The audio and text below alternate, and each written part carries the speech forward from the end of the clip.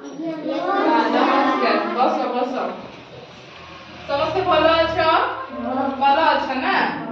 अच्छा आज मु तुमको पाठ पढ़ेबी हैला।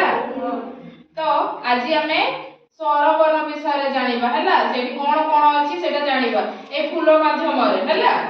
तो स्वरवर्ण समस्त जानि छ ना। तो आज मु पाठ पढ़ेबी पचारि भेले तमे कहिबो हैला।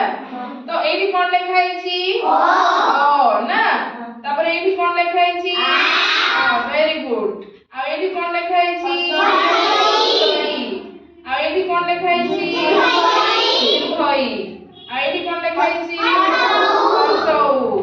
आ एठी कोन लिखा अछि वेरी गुड। आ एठी कोन लिखा अछि वेरी गुड। आ एठी आ एठी एठी आ एठी आज आमे कोन कोन जानिलु स्वरवर्ण जानिलु ना। कोन कोन अछि सेटा जानिलु।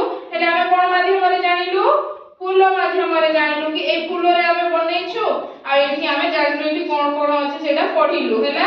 एडा ओटे ओ हैला समस्त कहिलो। हेले आज आमे फूल माध्यम रे जानिलु स्वरवर्ण हैला।